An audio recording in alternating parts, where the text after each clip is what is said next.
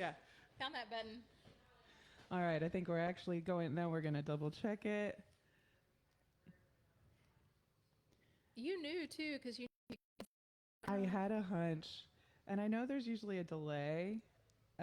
Okay, we're live now, baby. Good morning. Good morning. This is the Kirk County Lead Live. We were started for about 12 minutes. Y'all just didn't know about it, so sorry about that. Lewis is out. So you're stuck with me, and it's been quite the delight. So we're here at the Peterson Health Digital Studio at Pite and Plow in beautiful Kerrville, Texas, on a beautiful Monday morning. We'd like to thank a very special shout out to the number one sponsor I was supposed to thank, Ken Stoppel Ford. Use their mobile van. It's great. It's a great access. But we're here kicking off Women's Week at the digital studio at Pite and Plow, thanks to Peterson Health. And I'm here with Janelle Peralt with JP Properties and Wende Jones with Phoenix Wellness, kicking off Women's Week with the entrepreneurial journey. And I'm going to put the camera on our lovely esteemed guests that are here. And we're going to start over from the top. And hopefully we remember all the lovely discourse that we had. We'll take another shot. That's right. This is all practice. This is the beauty of being live. Of course.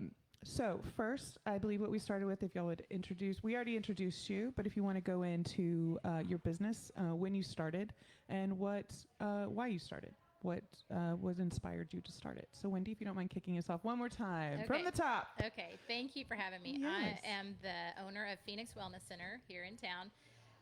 We were formerly known as Fresh and Fit and rebranded to Phoenix Wellness back in January because it was meaningful to me to change the brand a little, because we had turned into much more of a wellness center, not just a boutique gym anymore. We have a lot of wellness amenities, and I love the story of the Phoenix, the rise from the ashes story. I have my own story, and I feel like every person that walks through the door has a Phoenix story, so that's kind of the underlying reason for the rebrand. But everybody comes in with divorce, obesity, illness. We all have a story. And so I just feel really honored to get to own a business where I get to hear those stories and be a part of it. And then I also own the Next Step Sober Living here in town. I have a couple of men's houses, sober living homes, and now also have a brand new nonprofit 501c3 called CHILL, which stands for Community Has It, Let's Live. So I've kind of branched out of fitness a little bit into the world of sober living. I could see the overlap though. And that's very cool. It's the Phoenix story. That's what it all goes back to. Like getting to watch some of these men, they all get free gym memberships. Like I want to see them succeed. Mm-hmm. I want to be a part You're of giving it. the tools. I want to watch it happen. Yeah. That's amazing. And there's good, bad, and ugly, in both businesses, honestly. Yes. But I learn from every person. That's amazing. Janelle, do you mind? Yeah, so my business is JP Properties. I'm the broker and owner. I became licensed in 2005 and, very quickly decided to be my own entrepreneur, becoming a broker and opening JP Properties in 2007. I have some family background in rental properties and investment properties that my parents had done. And, after I've recovered from childhood and working on all those things, I've stepped full force into it. But, my background is I have a business degree in marketing, and I'd managed businesses. And my husband and I had owned businesses before. So it was a pretty natural progression that way. And yeah. Just very lucky and blessed to live in the amazing Hill Country and to meet so many interesting people. I get them set up with their lives in a home. Yes, and it my particular business, I get to spend so much time, like Wendy's saying, with the actual client, and just not managing a business from the back room kind of thing. So yeah. And I think when we weren't live and having a great discussion that none of it were here for, one of the things we talked about, I think what inspired you both is you're both mothers, and that part of owning your own business for your entrepreneurial journey was that you got more say in your time to what you could give to your children. And that was probably one of your inspirations. Was there any other inspirations that you found? Yeah. Yours you kind of already touched on, Wende. Yeah, just getting to know people's stories and being a part of it. But yeah, I patterned my whole career after what was best for my kids, and how can I be in this industry and still be there for my kids and be at all the games. And I homeschooled them, so I just figured out that I would just take them with me everywhere I go, which in turn helped them too, because they're little entrepreneurs as well. They're adults now. You set an example. Yeah, but for my family, it worked out so well. We just did everything together. But every decision I made, I can honestly say, was about them and being able to spend time with them and teach them and raise them the way I wanted to. So it was it was for me the perfect career, perfect industry to get involved in. And Janelle? Well, of course, family plays part of it, and real estate can be very flexible if you can be connected. But I think really just having strong ideas about how you think the business should be run, how the client should be treated, that I would encourage anyone, women, and in getting into your own business is if you've got a passion for how you think things should be done, the being your own boss is Yeah, how you're you gonna become do the that. expert. For sure. And if you've met resistance and trying to work for other people, or you don't feel like you're earning what you're worthy of earning, then take the step. That's how you get there. Yeah. So one of the things we also talked about, what were some of the biggest challenges you faced when you started your business, and then how did you overcome them? And maybe this can be an ongoing thing, because challenges are probably always arising in one way or another. Yeah, I was just telling Janelle that the technology in business now challenges me a bit. Like, I never really wanted to be a content Keeping up creator on, yeah, I know. podcaster, but keeping up with all that is so important for my business anyway. That's where your audience probably is. Yeah, I mean, I didn't go to college for this, I didn't. Yeah. I can tell you anatomy and kinesiology, but I don't. So that's been a challenge for me for sure. But also, in the early days, it was just being taken seriously as a woman entrepreneur in the fitness industry, because it was very male dominated back then, and we were just the aerobics instructors, and so kind of breaking out of that. But it wasn't really me breaking through that. It was just time. Carving your space. Right. It was just time for that to happen, and it would have happened with or without me. But now women are taken a lot more seriously in that industry, in all industries, I believe. Yeah. Janelle? Well, I think any startup has its own, incline of getting up to speed and getting up the curve and getting there, and managing your resources correctly, from your finances, your capital, your time, especially if you are a parent, and trying to, get that all funneled correctly and distilled down to a way that it actually becomes, income producing property is, I think, anybody's challenge. So you have your branding piece and your management piece and your client part of it, and getting the right combination together for liftoff is for startups, I think, is the hardest part of it. Oh, 100%. And then once you get going, then you have to be very intentional about how much you work in your business and how much you work on your business. Which What is to what we were outsource? Yeah. Yeah, you can outsource things now, but you still have to be. If you outsource your social media, you still have to stay on top of it and make sure that it's that it's your reflective voice. of your voice. Yeah. Yes. So it's still it's still time consuming. It's still part of the job. But Agreed. And then what do you find that you're able, because that's a lot of moving parts, running your own business, and then keeping up with trends or whatever that trend is for your business. And then if you're also doing this so you can have more time in your personal life, how does that work-life balance? What does that look like for you, or how were you able to figure out a way to juggle it?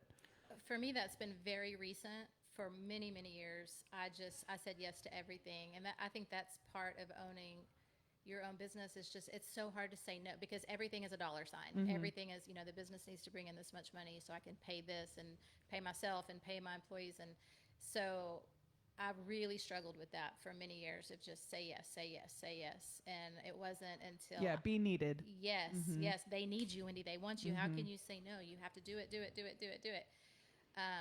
And that took a, horrible toll in my life personally, like for my health. And so it's just been in the last couple of years that I have learned that I am more beneficial to those people if I take care of myself. Right. And I now say no a lot. A lot. Good. And Yeah. no is a complete sentence. Yes. That's one of the hardest things to learn. When I say it, I mean it. That's Yeah. right. But I think there's seasons to that. I think that if you don't, go for it at the beginning, Yeah. you might not get over the hump. And then, Yeah. and there's no, I've never bought into the fact that you're going to have a perfect life balance. You're going to get to choose which one consumes you Yeah. in any given moment. And it probably you have comes in 100% waves. Yeah, Yeah. absolutely. If you have a sick kid, that's a different deal than, if you've got clients coming, they're all coming at once and it's converging and you got to, got to keep it all together. You have to learn to manage it. You get to choose. Or have a team behind you that you can depend on. Yeah, I mean, your backup is part of your plan for sure. Yeah. Because, like, how many employees do you have, Wendy? I've got 6 trainers at the gym, and then my daughter works side by side with me in the business. And then I have business coaches. I've just brought on an outside sales member to the team, and that's something that's hugely important for me in my business, is that we have very much a family there atmosphere. And I had to leave town. I had to go out to Scottsdale for 2 months. You had some health concerns you had to take care of. I did, and it was, boy, talk about stressful, But my little 19-year-old daughter, who was raised in this industry by my side, knew exactly what to do, and my trainers and my staff, it was like, so then I'm sitting in Scottsdale going, do they even need me? They don't even need me there anymore. That's kind of when I knew too, when I came home from that I needed to shift gears a little bit and be less of a trainer and more of a run the business, do the marketing, because a lot of that had not been happening because I was training people all day. I was in the gym 12 hours a day.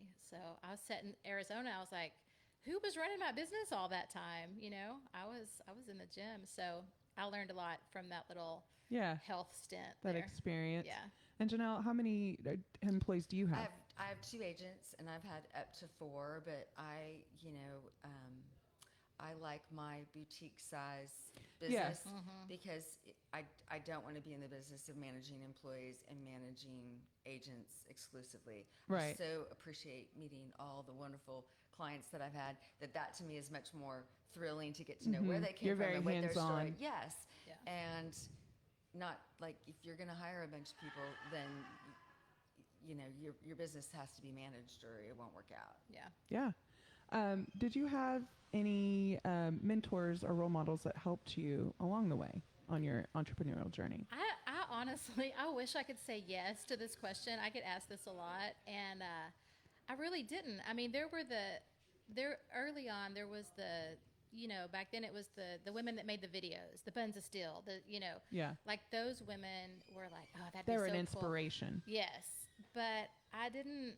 I didn't. You didn't have anybody that you would call. No, no. I figured out things as I went. You trailblazed. 100%.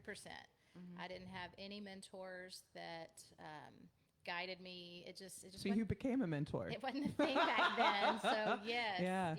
I was a presenter for AFA, which is now NASM, and so on weekends I got to travel all over the country certifying trainers, and that's what I noticed the most is, especially I'd be at a university or a hospital, places with gyms, and these young women would tell me, I want to do what you do. And I'm like, oh my gosh, do you? And you're like, it's so much work, and I don't know what I'm doing. Yeah. I mean, I guess every, fitness girl would they think would be so glamorous to own their own gym or whatever, but it's a lot of work. It's just a lot of work to own any business. But I realized traveling like that and talking to all those people that was something that was lacking was mentors. I wished that I had one, so I do try to do that as much as I can in my business. Yeah, you set a standard. Yeah. What about you, Janelle? I did not have any mentors. I wish that would have been there, but I do think some of the drive of how you want to run your business, you learn from people and maybe you don't agree with how they run their business, or you see things in the marketplace that you're like, that's not how we're going to do it. And then that was motivating to me to do my own direction. It inspired you in a different way. Yes. And not that you can't seek out information. Right. And I'm sure Wendy can agree, in the fitness, I can go out and look at a program or things that are happening in real estate, and I can be like, that applies here, it doesn't apply here. Like you can call it out very quickly. Yeah. And so much of that comes with time, though. Like we've had time, we've had years in our businesses. You can kind of spot the patterns and kind of see the forest for the trees sometimes. What we have in our generation that the generation before us did not have is that we have this online ability to go see, participate, check out. It's not as when I moved here 30 years ago, if you wanted a decent paying job, you commuted to San Antonio. Yeah. that was I was in outside sales, and my territory was Austin Right. and other areas, and, you traveled quite a bit. And now you have the luxury through the internet to, you want to sharpen your skills with a certain type of class or learn a new sort of marketing thing. You can sit down in front of a screen and go find that information and digest it from the comfort of your office. That's so true. You don't Yeah. have to travel to Right. gain Right. information and knowledge and Exactly. participate in forums. Yeah, and you can zoom in now, and you can do so much remotely. Were there any unexpected obstacles you encountered while on your journey so far? Probably, moving from one town to another. I closed down one thriving business to come out here because, again, it was the right thing to do for my kids.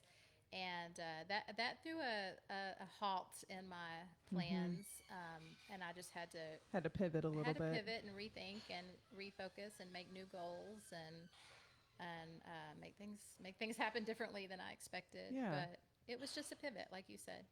Looking back now, it was all positive. Right. At the time, And you're also like, we have to do this. I can't really sit here and at the time it was ruminate super on it. scary, Yeah. like very scary. But I know now that this is where I was supposed to be. This is where I was supposed to raise my kids and start a new business. And you, any unexpected obstacles or challenges? Well, let's talk about your favorite one. Yeah, no. So I opened the doors of my own business at the end of 2007 with the economy heading straight downhill in the mortgage crisis, and then the unveiling of the Dodd-Frank stuff that really compromised lending. Let's see, we got through that. That was all beautiful. Then we started growing some things, and I was trying things that other franchise agencies weren't doing at the time. What was it like weathering that, though? Like the housing crisis in 2008? Okay, so what was that like for you? I was in a very early lean business, and you were going to dig hard and find your way and sniff things out and make deals happen and find ways to help people. I had before, as I was going there, I also did some business brokerage. And so, here you sell $1 million business, and now, like, what's offered in 2009 is first-time home buyers, which are great. I mean, you want to talk about putting your arm around someone and bringing them to it. Right. It's great fun. It's not particularly lucrative just because of the price point. Like, if that's all you're doing, having a mix is really the way to go. So we had that, and then we had, we had Uri the Freeze, then we had a pandemic, and that took some pivot on how to show houses from a phone and selling homes to people who did not see them until they owned them and arrived with their furniture and making that all go well for them. So those were a few little bobbles and things in there. Let's see, what else have we had going? And now, interest rates went way up really fast, which was a total shift, and that's coming down a little bit. But yeah, I mean, and then we have this whole new format for the National Association of Realtors, changing how you do paperwork now. So they're a little pivot, and there are several agents out there that are really struggling to adapt, and you just have to be able to adapt. And I think what helps me in my business is I have all the business skills. I can do the accounting. I can read financials. I can do all that stuff. I'm not. You cut out so much red tape for yourself. Well, if you have someone else doing your paperwork, or you don't know how it works, or I've You're met not agents hands-on with that have it. never entered their own listing into MLS because there's a person at That the does office it. that does it. And so if something changes, You lose that they person. have no idea how to even get in there and do anything about it.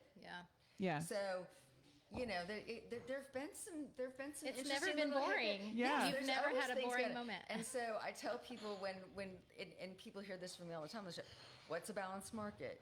A balanced market is considered about 6 months of inventory, and that doesn't really favor it as a buyer's market or a seller's market. Okay. At the end of 2011, we had 28 and a half months of inventory in our local Kerrville board.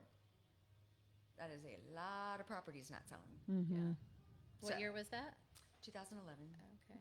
Yeah, it was pretty crazy. Yeah, that's And intense. so then you have all these agents and just a handful of transactions happening. And so... and everyone probably kind of scrambling. So you learn to operate with a very lean overhead, kept all the bills paid, kids still played sports, did our deal, gas, let's see, I think it was about gas got down under $1 a gallon. Yeah. And then by 2009, it was like $3 a gallon. Yeah. Yeah. Okay. Yeah. Get those budgets. Yeah. Hope Another your budget's shift. rolling along because, you just have to keep, if you must have the ability to pivot quickly and think through a situation and go with your gut. And, the older and more seasoned we get, I think the gut's an excellent place to lean on to help guide you forward. But when you're in the beginning of the throes of it all, yeah, you have to take a lot of chances. It's probably really scary. You just, yes. And you're like, driving to practice and taking calls. And I feel like in those early years, you have to be available like a light switch, like you're saying. Mm-hmm. You never said no. Mine was like, I have to know this second or it might not happen. Yeah. So You're building probably your brand and being reliable. I could see that. yeah, but when you're just all competing for so much business. Like that too. If someone calls with a single question, you pull over the car, get it We're up, going to find answer it, this and I'm call not it losing up, this. back on the road. We're Yeah. not going to be late to the game. Yeah. Yeah. I mean, it's literally, You're gonna that's be how there. it was. Multitask. Yeah. Oh my gosh, multitasking. That's the women entrepreneurs have to be able to multitask. And I think there are probably a lot of them built that way. You're both mothers. So like you probably are like multitasking is probably just like Just a second. It's just like another skill that you know. Oh, yeah, absolutely. Yeah. I mean, when the kids were little, you'd run your business while you're cooking dinner, making snacks at the game, putting them to bed. Like, And you learning just to do pivot, because I came from such a strong business-trained, formal background Right. in working that if you have showing scheduled and all of a sudden there's an ice storm, I don't care if it's Tuesday morning. You better get your whole household done. You better be doing laundry and doing all that stuff because the minute the ice melts, They're then gonna you're be gonna there. back showing, and Yeah. that could be all weekend. So, Yeah.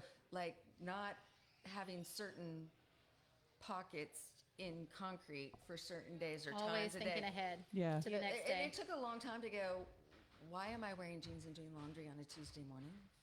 This seems so wrong. I feel like I I'm be at doing work? it all wrong. Yeah. But I don't think there is necessarily a wrong. well, It's just you're you doing just, it. You just have to do it because if you're too consumed with it, then the load will become too heavy and too Right. high. When it Sometimes all there's hits. a beauty of it that you're not thinking about it. I think is that you you're just have doing to be it. able to pivot. You just- Sometimes the things that we consider setbacks, like the pandemic, for example, I mean, that changed my business in 100 different ways too. But it's all been positive outcomes, and I learned, some things that seem like such a setback in the moment usually end up Yeah. being for the better somehow. You Yeah. learn from it, you move on, you grow. There's a positive there. I mean, my business grew because of the pandemic to some extent. So Yeah, we were tremendously blessed in real estate that we were essential workers, Yeah. and we live in a rural area, and everyone was in extreme density. Yes. Town Texas I is trying remember to get hearing here. all the time about during that time people buying houses without seeing them. Yeah, and I was like, I couldn't believe it. We like, had so many of them coming into the visitor center too. Like people, they were like, "Oh, we just closed on a house, we never saw it." Yes, It was insane. That's But crazy. you expected of a certain demographic, and the one that I really enjoyed were the Thomases. Sandra Thomas said, "I live down here in Orange, way out in between Florida, Louisiana and Florida, Orange Beach, way out that way." And she said, "I have done my last hurricane. I am here to tell you right now, we are moving to the hill country of Texas, but there are gestures that are coming, so I can't leave. And I am 78 years old, Janelle, and I do everything with a legal pad. So hang on a second, let me grab my yellow pad, and let's get going." And I had to teach her how to do like a FaceTime showing, which takes really a long time because you're holding your device and opening drawers and walking around and doing all those things. And she's like, I can't believe we've actually done this. And, talk about being outside their box. These folks were nearly 80 years old. Yeah. And Wow. paid cash and did the deal and Made a came massive life and- change. and got there. People and, made big decisions. They did. Business Yes. owners, family, I mean, just big, and giant you want it to decisions. be right. I mean, I just really, Yeah. I want it to be right for my clients Right. so badly that Well, you you're care trying about to do. them. Yes, and you want to, And you care about how they spend their money. and how things work. And like, I'm not the person who programs the security system, or Right. does this or does that, but I'm certainly trying to figure it Yeah, out. Yeah. so when they that set these them folks up, it's can the best land. one because it's a huge investment that they're making Oh, with their absolutely. life. It's your biggest. It's usually Yeah. the biggest part of your financial portfolio is your home. Is your home. You know, Yeah. it just the land that you own. So anyway, yeah, no, and then you look back and you're happy. I trained one agent who his first listing, the state had an IRS lien, so you had to help them negotiate that out. And I'm like, see, you just cut your teeth on the big stuff, and away you go. But we'll get you there because Welcome I aboard. I thought he was gonna stroke out on me like, oh my goodness. And Yeah. I'm like, nope, it's just Just a another puzzle. part of the step. It's every file is a puzzle. It's Yeah. got its different little Yeah.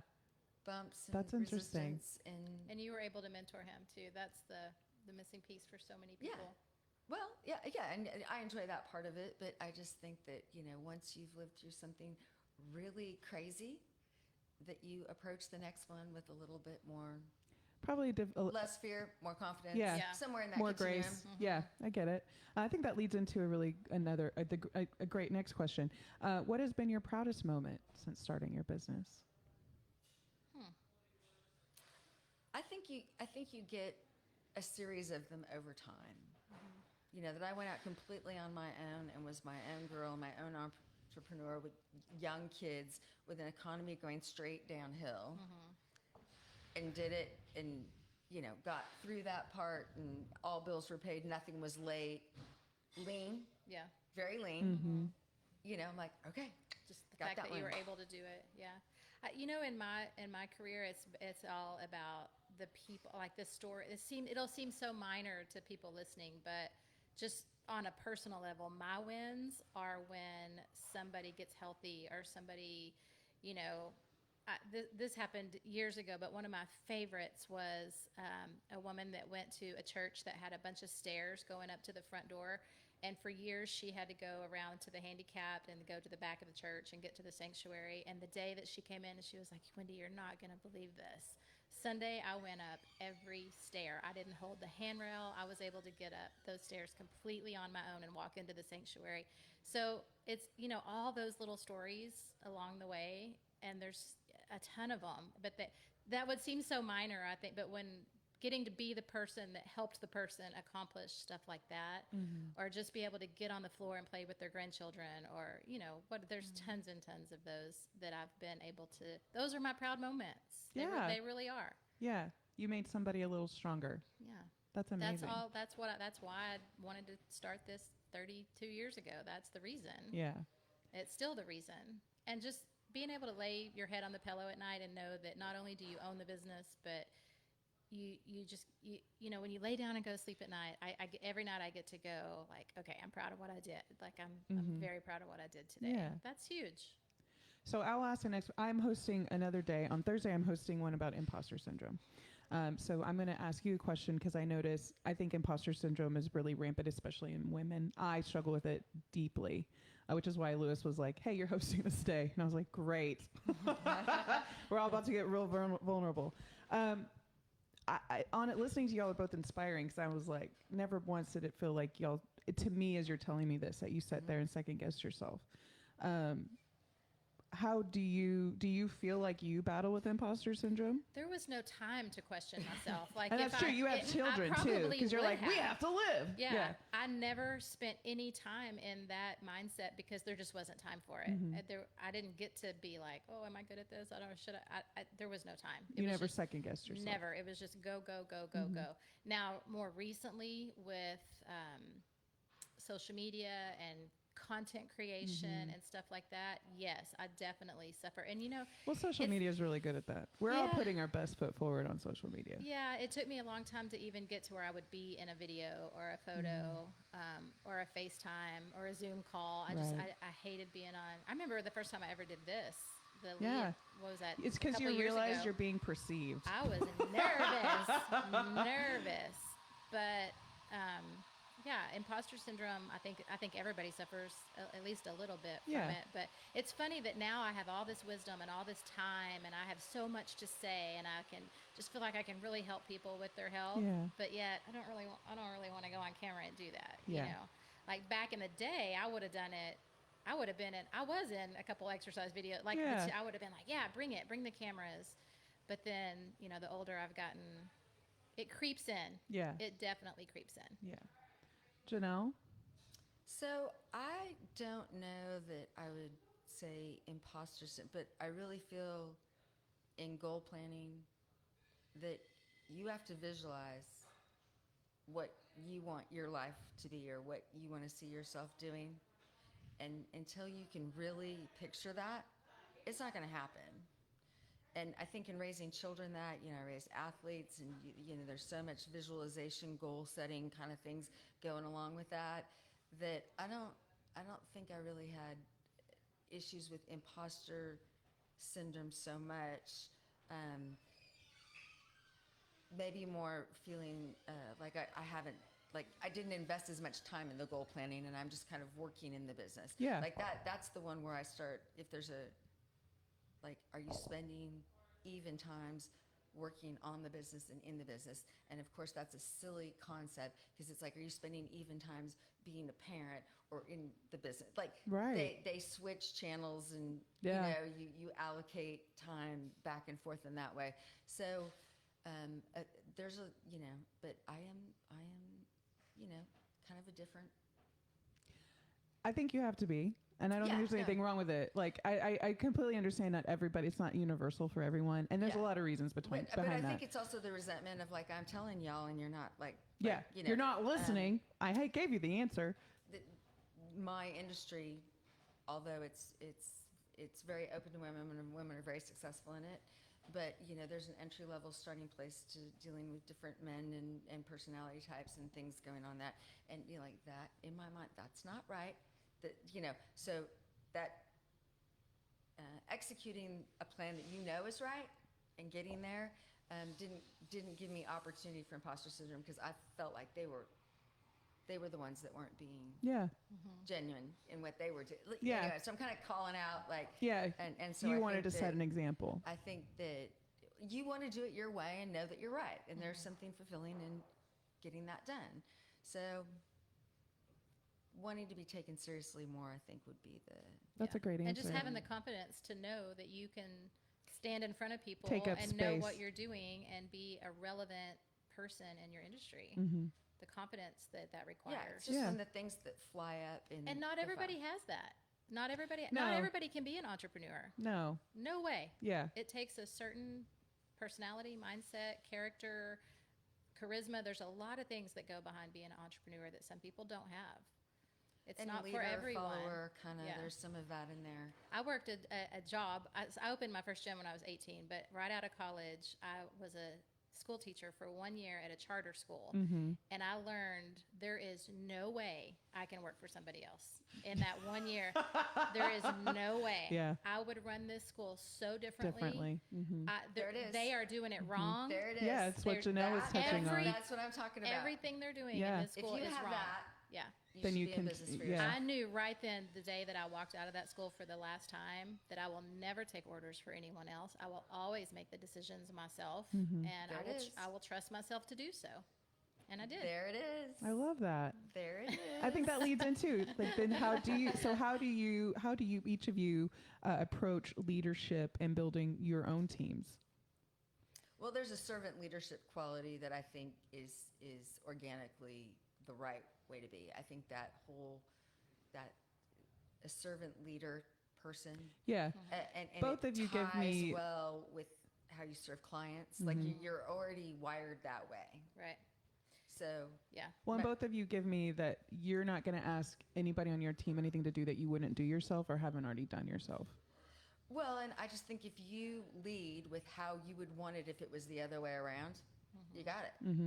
If the roles were reversed, how would you want it to be? Yeah. And it wasn't apparently that way at the school. And I also have had some experiences that weren't quite like that. So we're going to fix that. Yeah. It's a great answer. It's actually having the heart of a leader and just be like, oh, I would do that so different. That is not the way I would do it. For me, I have grown a staff that just kind of happened organically, and it's a beautiful thing because they're mostly moms, and so we're a family. Like when one of them has something going on with their kids, I'm like, hey, I went through that. We just help each other out. And then, of course, my daughter is on my staff, and here's what I look for, though, is people that are empathetic, trainers that are empathetic, because if they're missing that piece, it's required in what we do is to be able to relate to people and be empathetic and put yourself in their shoes and not just be like judgmental, like, oh my God, you need to lose a lot of weight. Like, Right. I want the staff that really, really cares about the people, and they've just been handed to me, honestly. I'm so blessed in that area because we're all so much alike and we think alike and help each other. Just like me being able to leave town like that. They had They my stepped back up. 100%, and I will always be grateful. And there's nothing I wouldn't do for them. There's nothing I wouldn't do for all of them. I love that. And working in our office, it's now a completely women office. Julie Davis is our president. Our vice president is Cindy. So it's all women and all mothers. And so everything is like, if somebody's got a sick kid, how do we figure out? How do we step up? And I think it curates a special place where none of that's being held back because you have children. Or parents. Exactly. Or like you can have. Or divorce, Yeah. or any of the things that people go through. Yeah, life. Yeah. Because Yeah. like I don't have children, but I have aging parents, so they've become my children. Yeah, So no. like like I'm with people that will acknowledge like where we are in our life and whatever challenges that are coming up there without question, except okay, how do we move forward together? And you hope that all the energy you put out in the world will attract people who appreciate that energy, Yes. and then then you get your synergy. Yeah, Yeah. I agree. And I've never been able to push it. Like if I put a ad out there, now hiring trainers or whatever it is I'm looking for, it's I usually don't get a whole lot of steam from that. But the person who just walks in and we meet and we talk, it's just all been very easy and organic, I love that. meant to be. And so to get back, we'll get as a women-owned business. Have you found that a customer or clients have different expectations from you? And that might depend on the industry. Go ahead. Yeah, I'll say that I think that my industry, and I think yours, the women, I think that's okay. How people want to behave in certain situations, I feel tested as a woman more than I think other people get tested. I could see that. But I don't know that, I don't know. I just think that in business in general, whether it's your vendors or whatever, I think you get tested more as a woman where, don't see them actually handling that or saying those things or behaving like that. Yeah. If it was a different character they're sitting with, and so then, Yeah. I will I handle mean, it. I've had it a little bit. Yeah. I think I've been really lucky in that department that I've for the most part, have been pretty well respected. From Yeah. Whether it was male clients or females or, there's been things happen in a gym. There's always, Right. a couple instances here and there. But I've always trained men and women. And most of the time what I find is even, if I'm training, let's say a doctor, which I've done a lot of time, a male doctor, they just want they want my brain. They want me to create their plan. They want me to tell them what to do so that when they get there, they don't have to think. I'm going to figure out the weight, the reps, all that stuff. And they just appreciate my knowledge.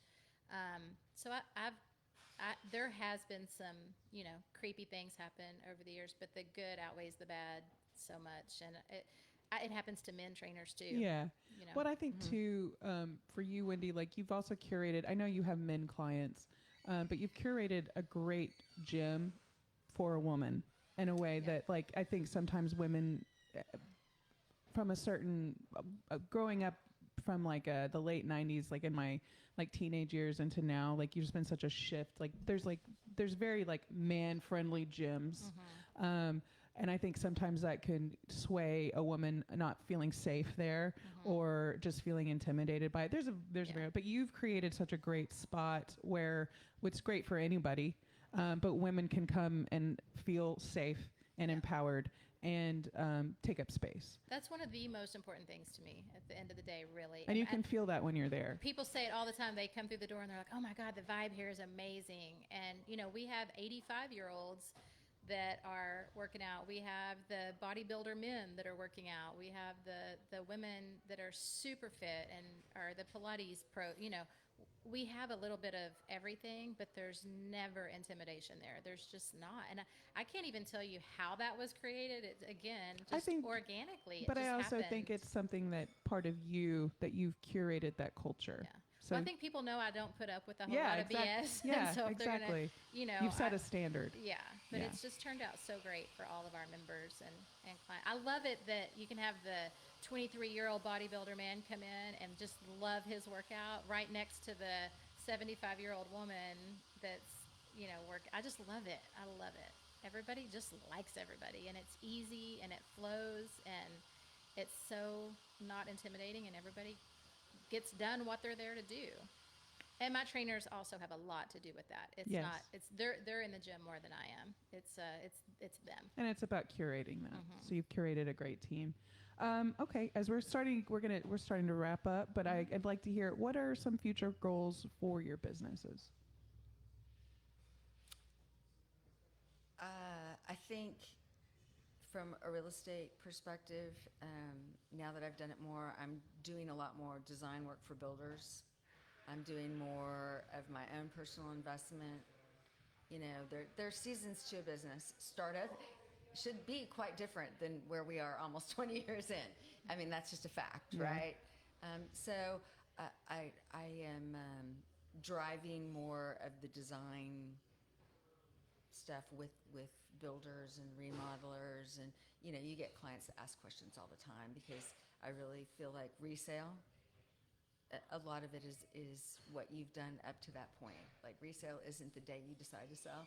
It's all the decisions and choices and maintenance and things that you do all the way through. So I can be kind of preachy about those things to some clients, but I don't know if it's just the number of projects I've done, or I'm just getting older, or what it is, that I'm like, come here, Mr. Builder. This is like, stop that. Well, Like, who go would this know way. better than Yeah. someone who's been in? Yeah. Yeah. But But you found a need that needed to be met. But, that isn't necessarily my formal training. It's just there Something was you picked up along the accumulation way. of experience and knowledge, and having a few economic cycles and things under my belt to kind of know where we might be going from here. So, I think there is a little bit more shift. I think that I truly enjoy clients, but back to one of your points, I don't have to absolutely take on every single person that calls. Yeah. Yeah. And be a It's a little more beautiful intentional. thing. You know what to Yeah. hand off. Yeah. Well, you can be a little more intentional about where you're going to put your efforts and your time. And Yeah. I'm an empty nester now too, so I have, I should have a little more time, just more intentional. Yeah. Yeah. Wendy? Yeah. Goal-wise for me would be that I want to get a little bit more into the education space. I want to offer more. I have a lot to say. I have a lot, like public speaking, not just about fitness and nutrition, but wellness and chronic illness and the things that are real, that people are really, really going through, and how my industry can help those people. So I really want to focus with Phoenix on the education. I want to host more workshops, either via online or in-house.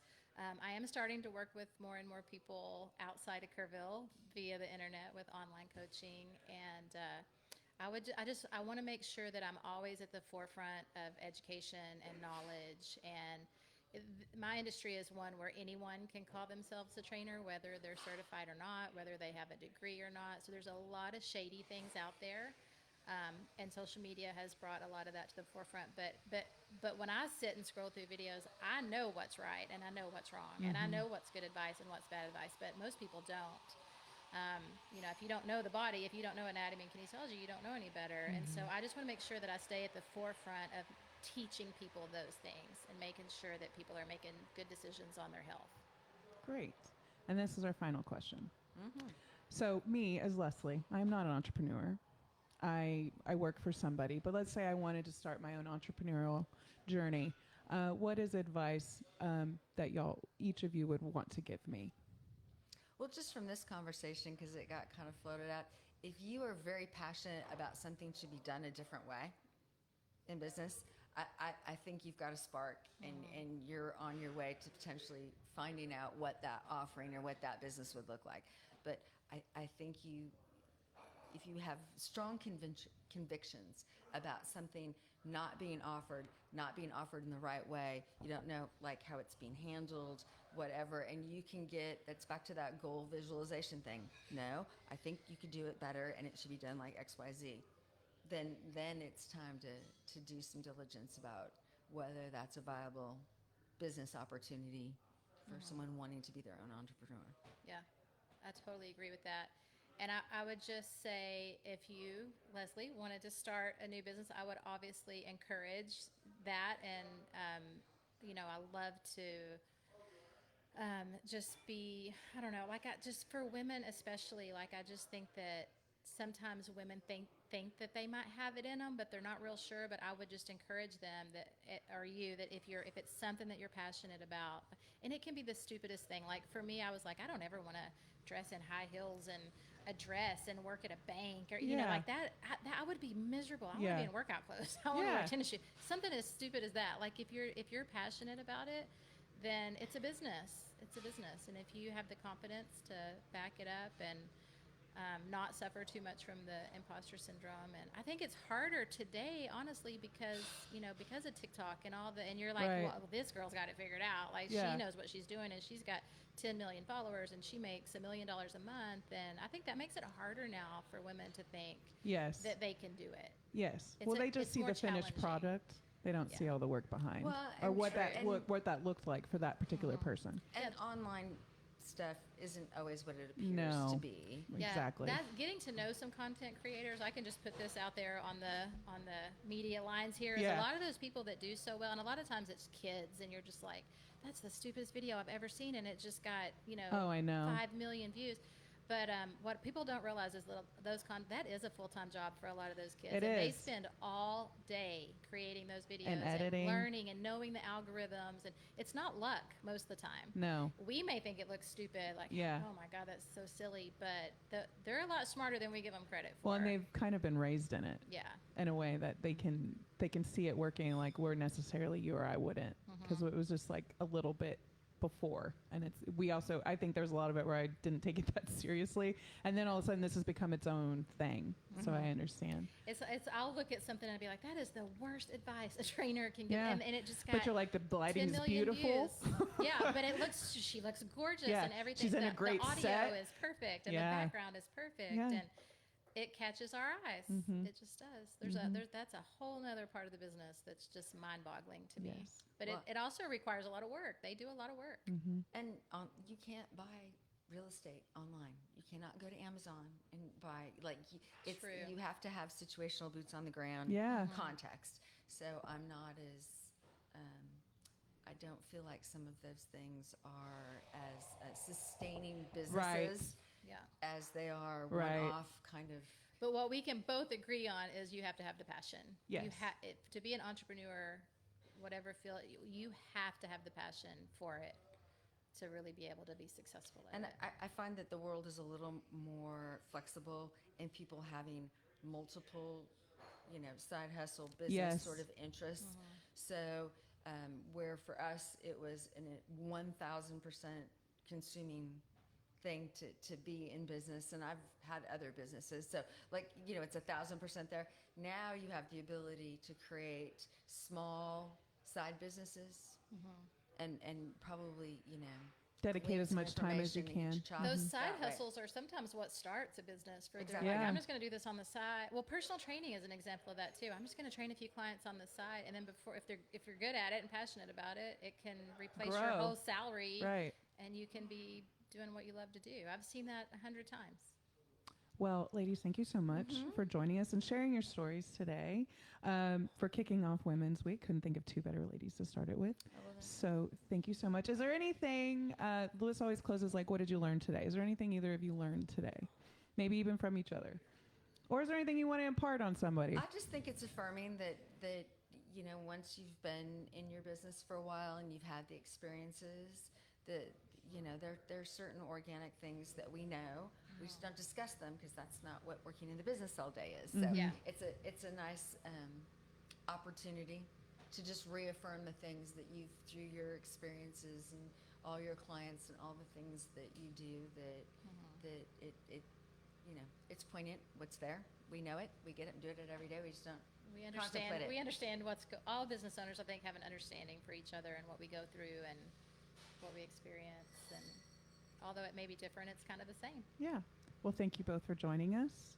Thank you for pinch hitting for Lewis. Thank you. Hopefully, I didn't completely ruin this. Hopefully, it was a nice introduction to Women's Week. That was great. And we have more. And Lewis will be back tomorrow, so thank God. But he'll be back. I know we have other panels the rest of the week. I think there's one on working moms.